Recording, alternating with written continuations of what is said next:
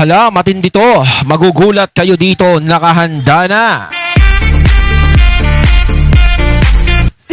Ayan, syempre itong balitang ating matutunghayan ngayon ay nagmula kay Pinas News Portal. At ito po ang inyong lingkod na si BT na magbibigay ng reaksyon at komento dito sa video na ating matutunghayan ngayon. At huwag na natin pagtagalin at sabay-sabay na nating panoorin ang laman ng video na hatid sa atin ni Pinas News Portal at bibigyan natin ng reaksyon ang balitang ito. Pasok! Malapit nang maging presidente. Uy! Buong Pilipinas, even yung mga kababayan natin nandyan sa abroad, kapit lang, pag-uusapan po natin ito. Ha? Oh. Sara, may go signal na sa militar. Di umano.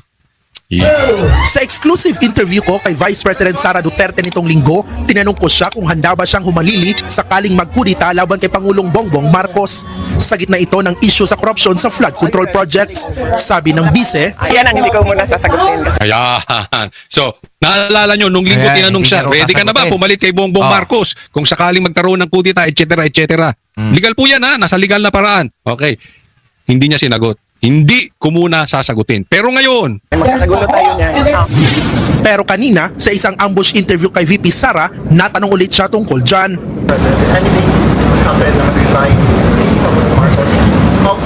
ayan, if anything na may happen na mag-resign si Pangulong Marcos, kung mag-resign si Marcos, how do you uphold the Constitution mandate as a VP? O anong gagawin mo as Vice President? In case of course, there is no question about my readiness. Pinesenta ko sa inyo yun, ang sarili ko, at alam ko na first in line ako sa succession. Wala nang tanong doon kung ano ang gagawin ko. Yun ang mandate sa akin ng Constitution. Yo, nasa bata. Tama. Dapat naman talaga, kung sakasakaling may mangyari sa presidente, no? Eh talagang ang vice president ang talagang siyang dapat humalili diyan. Sa ayaw niya at sa hindi. Ayan, syempre mas maganda, wag hihindi, di ba? Wag aayaw. Kailangan go lang, di ba? Kaso nga lang syempre, talagang nananalangin talaga yung mga taong galit kay BP Sara na syempre na wag sanang may mangyaring hindi maganda sa Pangulo na magkasakit or ma-impeach or what or kung ano, 'di ba? Syempre nga si VP Sara yung kinatatakutan nilang pumalit. 'Di ba? Pero talagang kung dumating man yung panahon na 'yon, eh talagang wala silang magagawa kundi pumalit talaga si VP Sara dahil yun naman talaga ang tunay na gawain ng Vice President. Ang siyang humalili sa presidente kung sakaling siya ay magkasakit, hindi niya na kayang maglingkod o meron siyang magkaroon ng problema. 'Di ba? 'Di ba? Tas po yan, tatandaan po natin, ha. Grabe. Kaya nga, ang laking suntok, parang ang laking karma, although hindi ako naniniwala sa karma, ang laking balik. Oo. Kasi dilawan po. Ha? Panahon ni Cory, sila ang nagtatag niya sa 1987 Constitution. Pag matatanggal ang presidente, Vice President. So, sila ang may ginusto nyo yan, eh. Ngayon nang may ayaw niyan, yung mga dilawan. So talagang litong-lito na ang dilawan. Hindi na nila alam paano palulusutan ito. Ha? Ang dami na nilang nakain-kain ni Bongbong Parang Marcos. sila yung nag-isa sa sarili nilang mantika. Kasi sila yung may kagustuhan noon dati. Sila yung gumawa noon. Ngayon talagang kung mai-apply kay BP Sara yan, eh talagang problema yan. Pero sa tingin ko kasi, no, sa panahon ngayon, hindi basta-basta bibitaw yan. Kung bibitaw man siya, eh hindi papayag yung mga tao dyan sa paligid niya na siya'y bumitaw. Diba? Naku-corner pa sila. Bumabuelta sa kanila. Gawa nila yan, eh. Pero ngayon, ready na si BP Sara maging presidente. Okay? Meron po ako nakausap nung nagpunta ako doon sa may mga rally. Tapos, ako'y nagtanong-tanong lang doon sa mga tao. Meron din ako mga kaibigang natanong, hindi naman sa rally, sa ibang lugar. Tinatanong ko rin kasi gusto ko makita yung mga pulso ng taong bayan. At ang sinasabi nila, eto. Yung military, kasi ang tanong ko, ano bang meron sa military? Mamaya pag-uusapan natin yung legality nito, okay? Hindi po ito sedition. Yung naaayon lang tayo sa batas, walang masama. Pag nagsalita ka ng Marcos, resign, okay? John Vic, pakiaral ang batas. Total, SILG ka. Tinatanong, ba't hindi gumagalaw ang militar? knowing na sinabi mismo ng kapatid ng presidente, adik yan. Walang galaw. Ang sabi kasi, okay, may nakapagsabi, para kasing walang magiging direksyon. Ah. Ha? Dahil si BP parang hindi interested maging president. So, kung gagalaw sa legal na paraan ang militar natin, ayon sa konstitusyon, pero kung hindi naman ready ang vice president, wala ding patutunguhan. Hindi, sa totoo lang kasi, di ba, yung dati naman talaga is talagang wala talagang ka-interest si VP Sara tumakbo bilang presidente. Ewan ko nga lang ba doon sa mga tao, no, na gumawa ng ganyan sa kanya, no, hanggang ngayon ginagawan siya ng hindi maganda ngayon. Ewan ko nga lang ba sa kanila kung bakit takot na takot sila, no, kay VP Sara at ganyan ang ginawa nila. Samantalang sinabi na naman ni VP Sara na hindi niya planong tumakbo bilang presidente. Gusto niya lang tapusin ang kanyang pagiging kanyang pagiging vice president, then siya ibabalik na ng Davao at tatapusin na ang kanyang termino, pagiging mayor, mas gusto niya maglingkod na lang sa Davao, 'di ba? Merong mga ganong salita. So, eto pa. Si PRRD ayaw din siyang patakbuhing presidente dahil mabigat nga namang pasanin ng presidente. Naramdaman na ni PRRD yun. Diba? Ngayon, nagtaka tayo. Nung naging vice president si Sara Duterte, nakita nila na nagna-number 1 sa survey, natakot sila. Alam niyo kung bakit? Kasi takam na takam sila sa kapangyarihan. Gustong-gusto nila na maupo bilang presidente. Kaya maraming nag-aagawan sa isang upuan, gaya ng kinanta ni Glock 9. 'Di ba? Pinag-aagawan 'yan. Samantalang si Sara Duterte hindi interesado sa upuan na 'yan. 'Di ba? Kasi nga, ayan, kontento na siya, naging vice president na. Kaso sa sobrang naalarma yung mga tao na buhaya sa kapangyarihan, ganyan ang ginawa sa kanya na baka maging threat siya sa eleksyon. Baka sabihin na, baka sinasabi nila sa sarili nila, naku, kunwari lang hindi tatakbo yan, pero baka tumakbo yan. Mababasa mo ba ang isip ng tao? Baka naman pag sinabi ni BP Sarang hindi siya tatakbo, kung maayos naman na naging pakikitungo nyo sa kanya, siguro hindi naman siya tatakbo. At kung humiling kayo sa kanya, nasabihin nyo na, BP Sara, baka pwede ako muna tumakbo sa 2028 bilang presidente, baka pagbigyan pa kayo. Kaso anong ginawa ninyo? Kinasuhan nyo, pinagbintangan nyo ng kung ano-ano, di ba? Ginawan nyo ng mali, si Tatay Digong, pinakulong ninyo. Kayo din ang nagtulak sa kanya para tumakbo siya bilang presidente. At bilang tanggapin niya yung pagkakataon na siya ay magiging presidente. Di ba? Kayo yung nagtulak sa kanya, hindi niya sariling kagustuhan. Lalo lang magkakagulo. Tama si BP Sara nung sinabi niya hindi nasagot. Pero hindi ko alam kung naturuan na si BP Sara or this is a go signal. Go signal. Military, gawin nyo na ang sinumpaan ninyong obligasyon sa tao. Gawin nyo na kung ano ang naaayon sa konstitusyon. Because as I see it, yan po, salitang binitawan ngayon ni BP Sara is a go signal. At ako naniniwala, malapit na po maging presidente ito si BP Sara. Mamaya-maya lang po, ilalatag ko sa inyo pati yung history kung anong nangyari. Ha? Kasi yung nangyayari ngayon, this is just history repeating itself. Tsaka hindi malabo talagang hindi maging presidente yan si BP Sara. Kaya ko ulitin ko, wala akong makitang kalaban na pwedeng sumabay sa kanya. 'Di ba? Malamang talagang mahihirapan. Ngayon, ang pinaka-pambato na lang nila na pinagmamalaki ay si Leni Robredo. Si Leni Robredo naman kasi, hindi rin natin alam kung talagang makakasabay siya kay VP Sara.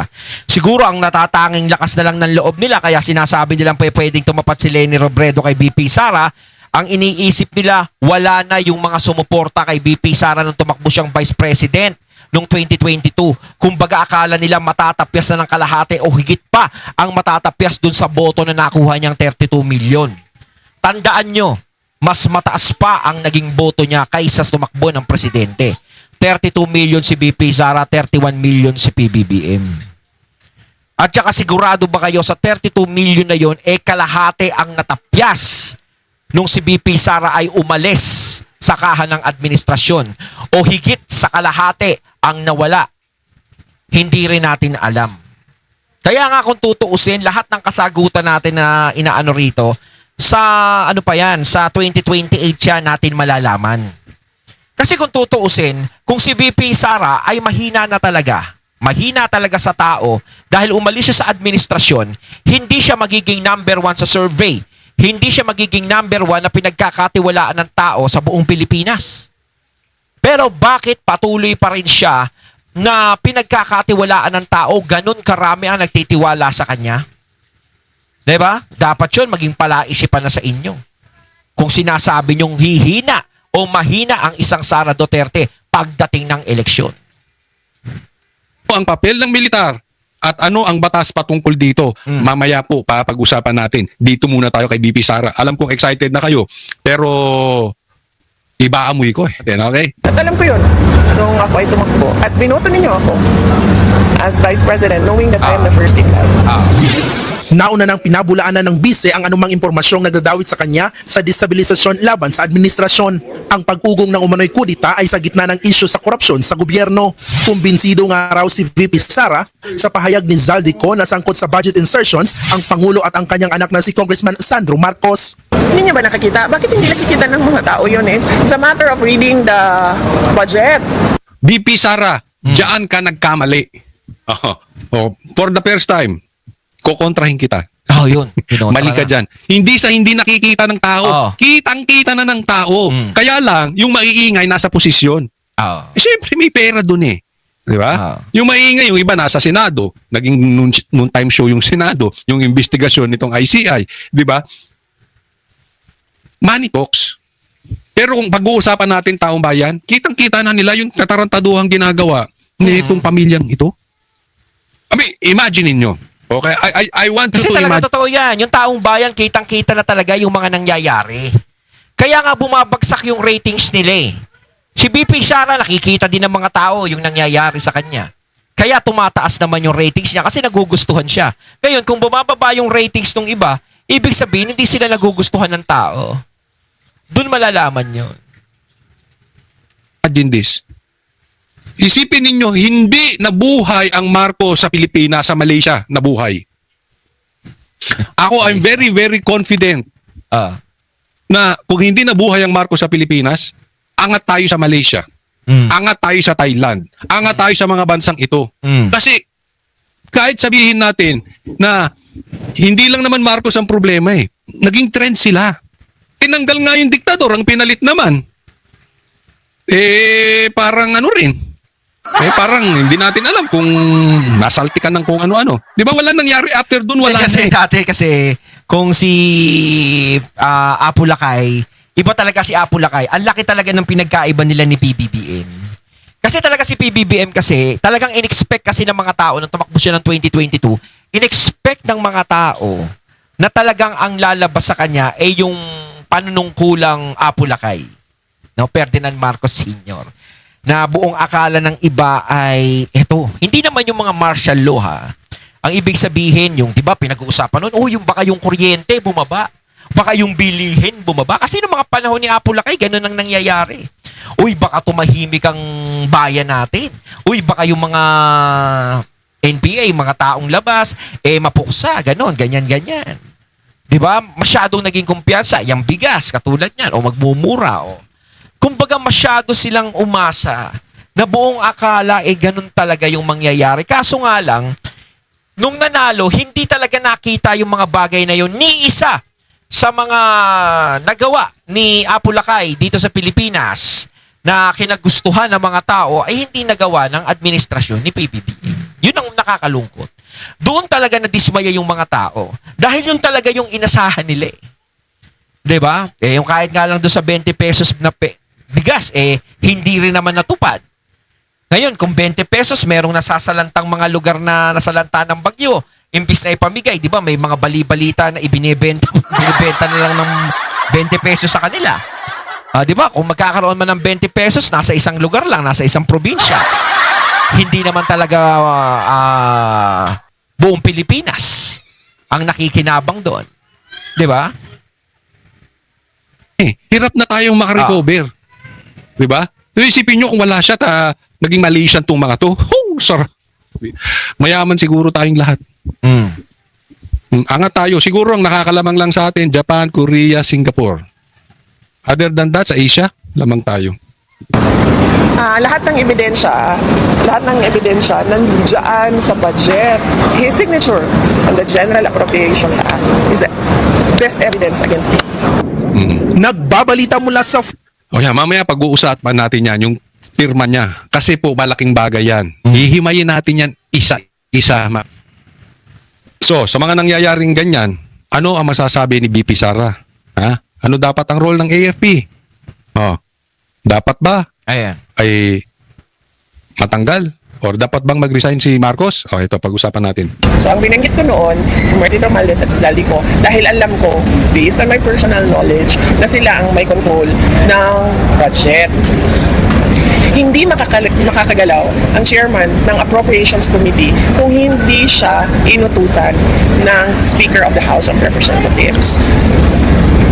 So yun yung part nilang dalawa, di ba? Remember, ang sinasabi dito ni BP Sara, ang may hawak ng pera ng buong Pilipinas ay yung dalawa. Si Saldi at saka si Tambi. Kaya nga big time na big. Kasi talaga namang makikita natin di ba? Kung ano-anong mga ayuda. Tapos pamigay ng pera na buong akala mo talaga sa bulsa talaga nang gagaling.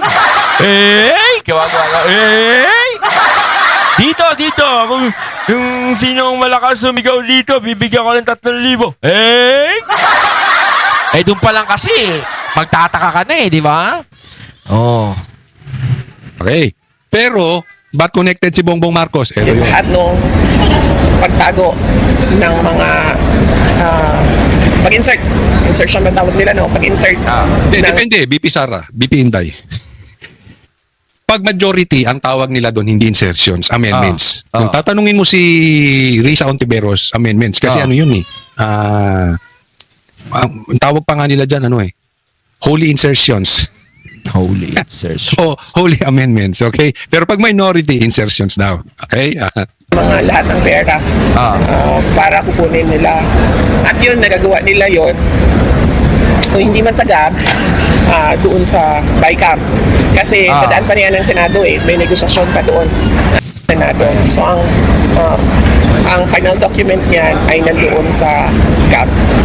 Tapos hindi ko na kailangan sabihin na kasali yung Pangulo dyan. Kasi kitang-kita naman natin, kanino bang pirma? Sasabihin na naman niya, hindi niya pirma yung nandoon sa GAA. Hindi. Ako yan. Hindi si Ferdinand. Ang punto dito ni BP Sara, hindi niya na kailangan banggitin na may control ng pera ay kasama si Bongbong Marcos. Kasi given na yon. It's very obvious kasi sino bang pipirma? Kaya nga walang lusot dito si Bongbong Marcos. 3 taon siyang pumipirma nung ginagawa ni Saldico. Hindi, tsaka syempre, di ba? Kailangan talaga ng pirma, ng pinakamataas. Hindi naman kasi pwedeng sila lang yung magdesisyon, di ba? Kailangan talaga yung may pinakamataas. Di ba? Parang sa mga kumpanya, di ba? Hindi naman pwedeng yung manager lang ang pirma. Kailangan meron din pirma yung may-ari ng kumpanya, di ba? Mahan. At saka yung sinasabi na napakadaming ebidensya. Adik. Ang daling patunayan na hindi ka adik, pero ang dali ding patunayang adik ka. Ganun lang kasimple. Kasi ngayon ang daming ebidensya Marcos Jr. ang pumirma dyan. Ang ebidensya ng kanyang participation is yung pirma niya sa GAA. Wala nang ibang kailangan na evidence ng participation ng President dyan. Dahil siya yung nag-submit ng NEP. Siya nagsasubmit ng NEP. At hindi niya pwedeng i-deny pirma niya kasi siya laman ang bottom line niyan, ang huling pipirma niyan siya. Wala siyang lusot. Nakita niya kung anong ginawa ng Congress doon sa NEP. Sa budget niya yun budget yun ng administration kasi siya yung nag-submit nun. Nakita niya kung ano yung ginawa ng Congress doon. Pero pinirmahan pa rin niya. So, yan. Doon pa lang Hindi, kaya nga yun, di ba, dati, di ba? Alam niya nga, parang nasabi ni Kong Toby na, di ba, pinagsabihan niya yung dalawa na, O puro kayo ganyan, para kayo nagpapayaman, ganto, ganyan. Alam niya, kumbaga parang may alam na siya dun sa nangyayari pero hindi niya pa pinigilan eh. 'Di ba? Meron na siyang magagawa nung una pa lang para hindi na lumaki yung apoy, pwede niya nang patayin yung apoy eh. 'Di ba? Kaso nga lang parang ang lumabas is nakonsente yung dalawa. Ngayon, biglang nagkaganyan na nung nagkabukingan, nung nagkabahaan, doon biglang kumilos. 'Di ba? Pero kung siguro hindi nagkabahaan to, wala, hanggang ngayon para pa rin tayong tanga na nag-iisip na ano bang mangyayari sa atin kung ba't nagkakaganito na yung naghihirap-hirap tayo. Pero sila tuwan-tuwa. 'Di ba? Kasi kung alam mo na gano'n na nangyayari, hindi para pagsabihan mo na, kailangan aksyonan mo na agad. Lalong-lalo na kung pera ng taong bayan yung naapektuhan. Pero bakit pinagbigyan pa rin, 'di ba? Yun ang tanong dun eh. Bakit pinagbigyan pa rin? Bakit parang ganun lang ang hindi kinastigo, hindi tinanggal? 'Di ba? Diba? At saka hindi lang niya pinirmahan yan. 3 taon niyang ginagawa yan. Wala talagang lusot si Bongbong Marcos dito. His signature on the General Appropriations Act is the best evidence against him. Accountable siya because he allowed the insertions. So that is a culpable violation of the Constitution. Refusal to take a drug test, that is betrayal of public trust. Yan yung sinasabi. Tama na naman ito, nililinaw na ni BP Sara yung mga problema nito si Bongbong Marcos. Lahat yan impeachable offense. Tingnan mo yung mga loko-loko, yung mga bobo dyan sa Congress. Ang pinansin, ito 150 million at pina-impeach si BP Sara. Pero kung tutusin, ang daming impeachable offense si Bongbong Marcos. Ngayon tahimik sila. Asa na yung Quadcom? Tahimik kayo. Eh, hindi naman talaga lilitaw yung mga yan eh. Kaya nga uulitin ko, talagang hindi lilitaw yung mga yan dahil ayaw nilang matanggal. Siyempre si PBBM. Dahil alam nila kung sino yung papalit. Pero kung hindi si VP Sara ang Vice President, halimbawa, kung si Leni ang Vice President, matagal lang tanggal si PBBM. Oo, totoo yan. Siyempre, matagal na yan. Tatanggalin nila yan. Pagkakaisahan nila yan. Siyempre, 'di ba? Hindi kontra sa kanila yung papalit eh. Oh. Sino lang ba yung kalimitang mga nagrereklamo diyan? 'Di ba? Mga sandatahan ng Delao. Oh. Oh, 'di ba? Tricom. Ngayon kayo, hinahamon namin kayo, ngayon kayo magsalita. Si Ridon, iimbestigahan mo? Yung Dolomite? Magsalita ka ngayon. Alam nyo kung ba't tahimik itong mga, hindi ko man nilalahat, pero itong mga animal na congressman na ito, matahimik? Marami dyan na kinabang. Hindi lang kasing laki nung pakinabang ni Saldi, ni Tambi, at ni Bongbong Marcos, at ni Sandro. Pero nakinabang. Kaya baka pag pumitik sila, baka pag nagsalita sila, i-mention sila ni Saldi ko. At merong ebidensya. Gigets nyo? Kaya ano nangyayari? Nakatago sa lunggaya mga animal. Di ba? Dati tatapang yan. Ngayon, asang kayo? Nakinabang din kayo, no? Kumita rin kayo. In your territory. Gumawa ng krimen. Wala silang magawa eh. Tulong ko para mag-file ng impeachment.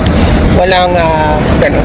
Pero ang sinasabi ko lang, ang dami ng impeachable offenses ni President Marcos. Ayon, at ating natunghayan ng video na nagmula kay Pinas News Portal. At syempre natunghayan din natin ang boses at video na yan na binigyan natin ng reaksyon na nagmula kay Coach Oli. Kayo mga katuna, yan ang masasabi nyo tungkol dito. Comment lang po kayo sa comment box.